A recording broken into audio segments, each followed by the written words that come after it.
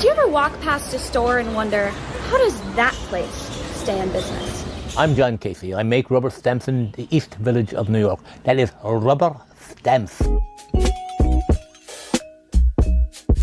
So how long has the store been here? Well, in different locations and over a number of years since 1979.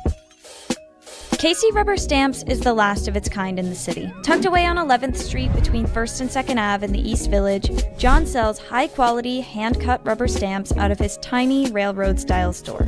We spent a couple days with John to learn the ins and outs of his business. I'm always trying to make as high quality a stamp as I can. Most companies will just take what you give them. They don't look at it twice. Everything is done to a template, and we did nothing to a template.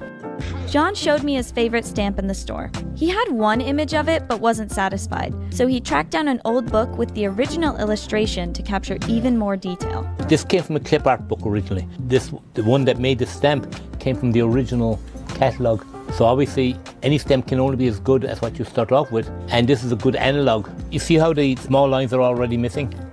And you see how much there's much more details on the waves, and that's all to do with the fact that this one, which has been copied, multiple times before I got it from a clip art book. But who is still buying this stuff? Who still needs rubber stamps? Half and half are people that just want a design, and then I do a fair amount of custom logos. So what kind of stamps are you getting? I'm getting sewing stamps because I'm a seamstress. I was looking at animal stamps too, but I haven't made my mind up yet. Do you feel like you actively try to find mom and pop stores? Yeah, usually. I mean, I just think it's a lot more special than like a corporation. They're always just, I don't know, more unique. But there is one customer John refuses to sell to. I saw that you have a sign that says no drug dealer stamps. You don't want to make their logos? God, they come in, they're annoying, what can I tell you?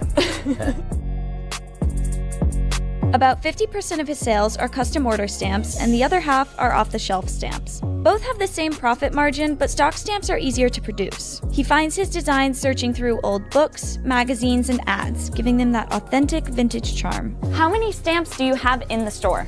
No idea. These are custom ones that they make, where if there's like some left over, they just get tossed in this bin, and then maybe someone else will also happen to want something that says Viagra weed. Do you sell any other products besides stamps? Well, other than the cocaine, the marijuana, the fentanyl, no. No, we just do rubber stamps.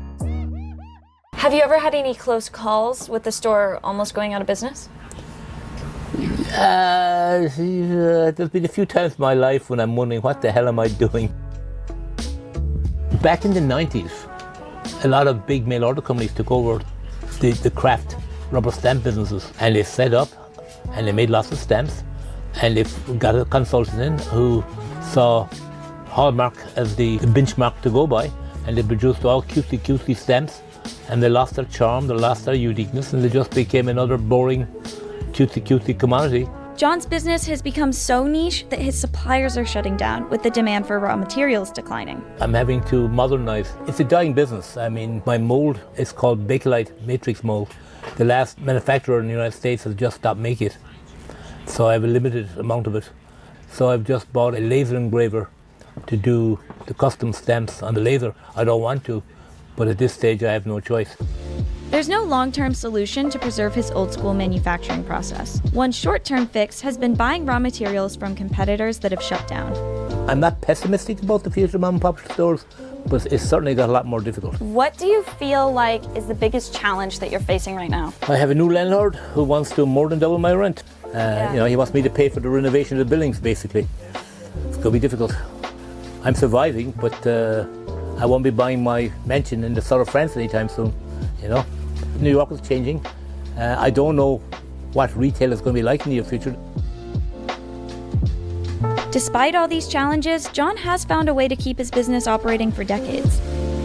Why have you lasted as the last hand-cut rubber stamp store in the city when all the others, all the big manufacturers are gone? There's a few reasons. It's because I'm a small niche and I'm not competing against big corporations with massive buying power, manufacturing power, etc. There is a need for small, crafty type businesses in the world. Everything cannot be mass made. But another big part of it is this. Something that the big manufacturers did not see. Young people pass by all the time that are starting small businesses, and a rubber stamp would never come into their mind until they pass the store and says, oh, you know, I could use one of those. So I get a lot of extra business from that. This kind of a store could not survive by just passing traffic. You have to have people find you. And I'm relatively well known in rubber stamps. I would say every day at least 25, maybe up to 30, 40% of my customers are people that have me on a place to go check out or to visit. Do you think that they come for you or they come for the store? Oh, to come for the store. I think that you're part of the store. I may be, but that's bad. the store should be able to stand on its on the quality of its rubber stamp. How's that? I think the store... Just because I tell stories in between has nothing to do with that. I think it could stand on its own, but you make it stand so much taller. Thank you.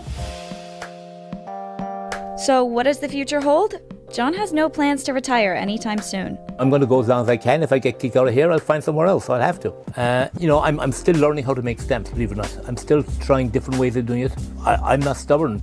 If you can do this better, easier, simpler, I listen. I'm all for it. Go tell me what to do. The day I stop learning, I'll be dead. So something has to give, though. There are far too many empty stores, and there's all sorts of immigrant families that want to start businesses. I mean, the idea of entrepreneurship in America is still big, particularly among hungry immigrants, myself included. Would you recommend someone to go into the stamp business? Good God, no.